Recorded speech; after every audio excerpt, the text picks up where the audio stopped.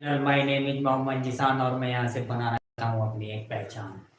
मेरा अंदाज दुनिया से निराला है, इसलिए मेरे गुरुजी ने कहा है कि बहुत ही जल्द मेरा वक्त बदलने वाला है। और मैं यहाँ पर त्रिकोणमिति का परिचय कराऊंगा कि कैसे आप त्रिकोणमिति जो बच्चे बेसिक ट्रिग्नोमेट्री नहीं जानते हैं कि त्रिकोणमिति कहाँ से स्टार्ट होता है, तो हम यहाँ पर सिखाने वाले हैं। जैसे यहाँ पर ये मैंने एक ट्रायंगल बनाया है, इसको कहते हैं समकोण त्रिभुज। समकोण त्रिभुज इसको इसलिए कहते हैं क्योंकि इसमें एक कोण जो होता है हमारा 90 डिग्री होता है, न इसलिए इसको समकोण त्रिभुज कहते हैं। और समकोण त्रिभुज को अंग्रेजी में कहते हैं राइट एंगल ट्रायंगल। तो ये एंगल इसमें होता है हमारा 90 डिग्री। और जो ये तिरछी रेखा होती है इसको कहते हैं हम कर्ण, और इंग्लिश में इसको कहते हैं हाइपोटेनस। लेकिन इसमें लंब और आधार भी होता है। लंब और आधार तब तक हम डिसाइड नहीं कर सकते जब तक कि हमको एक न्यून कोण ना दिया हो, जिसको एक्यूट एंगल कहते हैं। और अगर हमको ये एक्यूट एंगल यानी कि ये न्यून कोण दिया है, तब हमारा ये क्या हो जाएगा, ये आधार हो जाएगा और ये लंब होगा।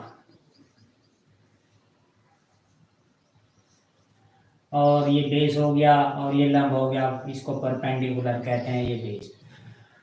तो जब एंगल हमको दिया हो, न्यून कोण दिया हो, उसी के आधार पर हम आधार लंब और आधार को डिसाइड करते हैं। तो न्यून कोण हमको ये दिया था, अगर हमको न्यून कोण ये ऊपर का दिया हो तो फिर हम इस त्रिभुज को, ट्रायंगल को इस साइड से देखेंगे, और इस साइड से देखने पर हमारा ये फिर आधार में चेंज हो जाएगा। इसको फिर आधार कहेंगे इधर को, और इसको लंब कहेंगे।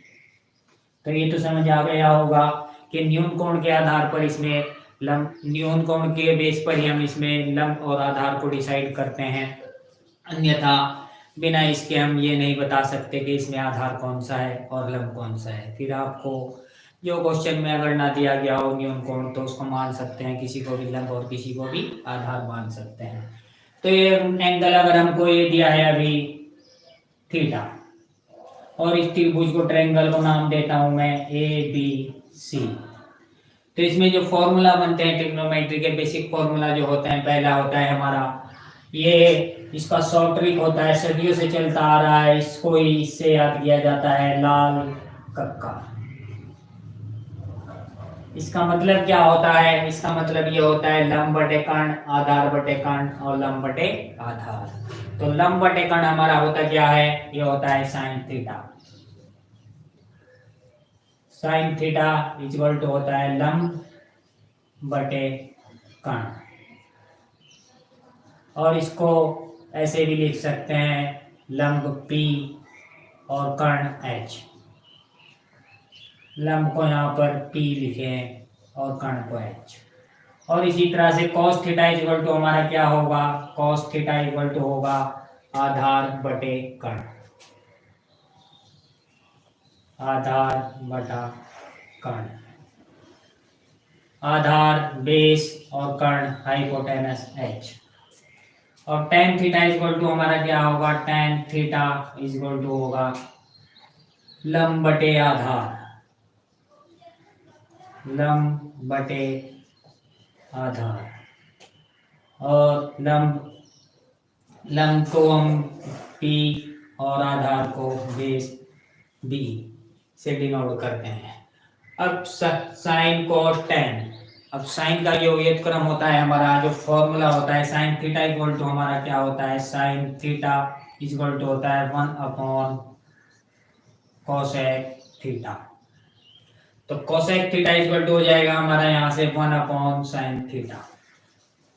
Cosec theta equal to 1 upon sine theta, क्योंकि कोसेक थीटा को इधर पहुंचाएंगे और साइन थीटा को इसके अपॉन में लाएंगे, तो कोसेक थीटा इक्वल टू हो गया 1 अपॉन साइन थीटा।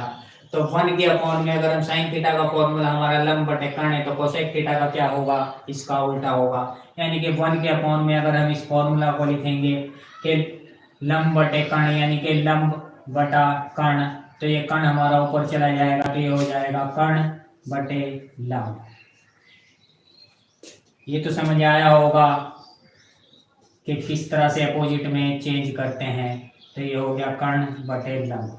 इसी तरह से हमारा जो कोसेक थीटा है इसका व्युत्क्रम हमारा क्या होता है, वो होता है सेक थीटा। तो सेक थीटा इक्वल टू हमारा इसी तरह से सेम करेंगे तो सेक थीटा इक्वल टू हो जाएगा हमारा कर्ण बटे आधार। और cos थीटा इक्वल टू हमारा क्या होगा, इसी तरह से cos थीटा हमारा tan का व्युत्क्रम होता है तो cos थीटा इक्वल टू होगा हमारा 1/tan थीटा। और 1/tan थीटा से मतलब होगा कि इसका पलट कर लिखना है तो cos थीटा इक्वल टू हमारा कितना हो जाएगा, यहाँ से cos थीटा इक्वल टू हो जाएगा हमारा आधार बटे लंब। तो आपको सिर्फ ये तीन पहले वाले फॉर्मूला याद करने हैं और बाकी के ये जो तीन है ये इनसे निकल जाएंगे।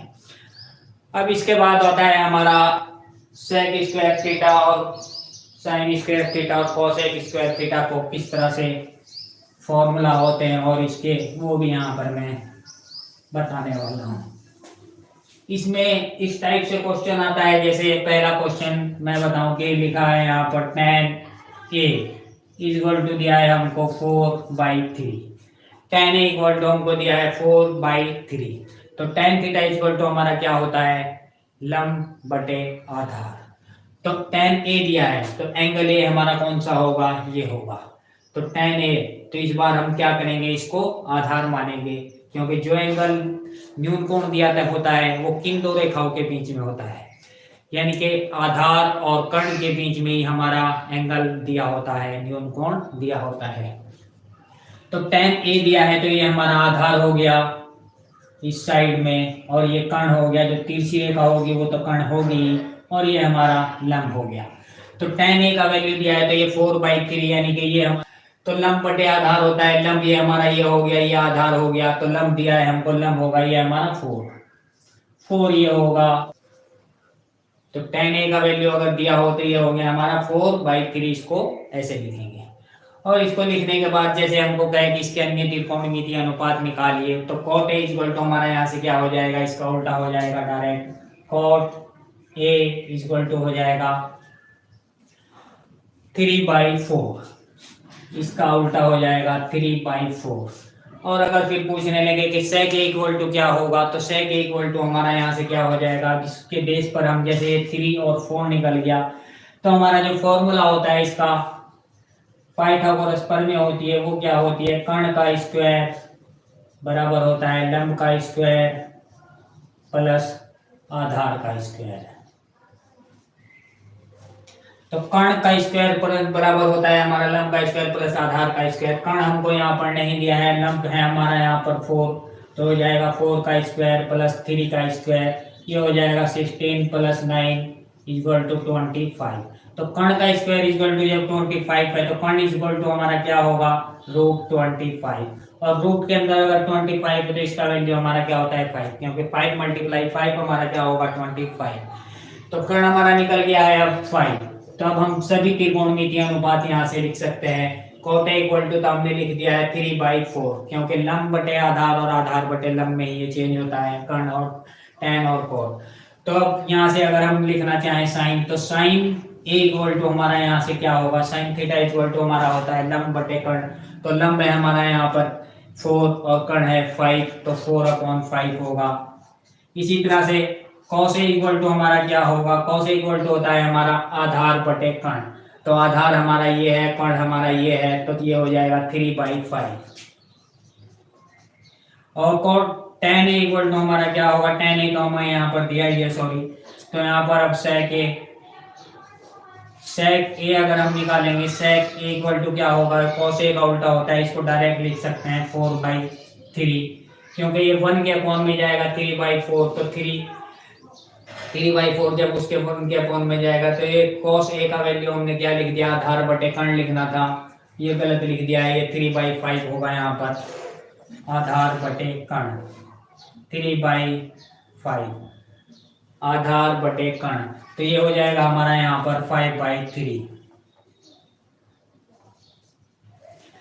तो अब यहाँ पर sec a का लिख दिया। अगर cosec a का निकालना है हमको, तो cosec a इक्वल टू हमारा क्या होगा, यहाँ पर ये होता है साइन का व्युत्क्रम, और साइन a इक्वल टू जब हमारा 4/5 आ गया तो ये हो जाएगा 5/4, 1 के अपॉन में 4/5 लिखेंगे, तो कैसे होता है 1 के फॉर्म में जब 4/5 लिखते हैं 5 ऊपर पहुंच जाता है, जब जिस तरह भिन्न में होता है तो ये हो गया 5/4। अब बचा है हमारा sec a हो गया, cos a हो गया, cot a लिख दिया, tan a लिख दिया, तो सब कुछ हमने यहाँ पर लिख दिया है। और इसके बाद हमारे जो फॉर्मूला होते हैं वो भी यहाँ पर बताता हूँ। जैसे पहला फॉर्मूला होता है हमारा sin square theta plus cos square theta is equal to 1। तो यहाँ से अगर हम निकालेंगे sin square theta is equal to हमारा क्या होगा 1 माइनस cos स्क्वायर थीटा, क्योंकि cos स्क्वायर थीटा इक्वल से जब इधर जाएगा ये हो जाएगा 1 माइनस cos स्क्वायर थीटा। इसी तरह से अगर हम cos स्क्वायर थीटा का वैल्यू निकालेंगे, cos square theta is equal to हमारा यहाँ से क्या होगा, अब sin स्क्वायर थीटा को इक्वल से उधर पहुंचाएंगे, ये हो जाएगा 1 माइनस sin स्क्वायर थीटा। और sec स्क्वायर थीटा वाला फॉर्मूला है हमारा, ये पहला फॉर्मूला है। दूसरा फॉर्मूला होता है हमारा sec square theta minus tan square theta is equal to 1। इसी तरह से यहाँ से हो जाएगा हमारा sec square theta is equal to हो जाएगा 1 प्लस tan स्क्वायर थीटा।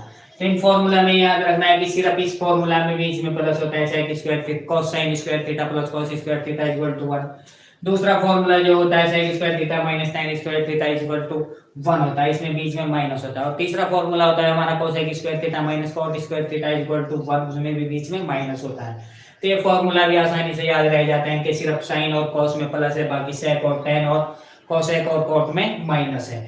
लेकिन इसमें पहले हम sec लिखते हैं और उसमें cosec लिखते हैं, ये भी याद रखना पड़ता है कि tan और cot बाद में आएगा इस 1 वाले फॉर्मूला में।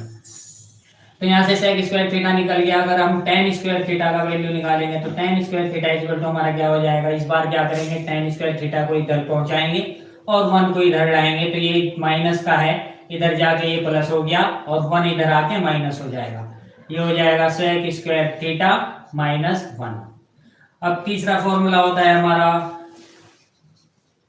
cosec square theta minus cot square theta is equal to 1। तो यहाँ से cosec square theta equal to हमारा क्या होगा, cosec square theta equal to होगा 1 प्लस cot स्क्वायर थीटा। इसी तरह से अब cot स्क्वायर थीटा का वैल्यू अगर हम निकालेंगे तो वो क्या होगा, cot square theta equal to हमारा होगा 1, ये इधर गया ये प्लस हो गया और ये इधर आके माइनस हो जाएगा, तो cosec square theta minus 1, cosec square theta minus 1। अभी समय के अभाव के कारण मुझे इस वीडियो को यहीं पर स्टॉप करना पड़ेगा क्योंकि मेरा ड्यूटी का समय हो गया है। तो शुक्रिया दोस्तों, मिलते हैं नेक्स्ट वीडियो में। वीडियो अच्छा लगे तो वीडियो को लाइक कमेंट शेयर जरूर करना है।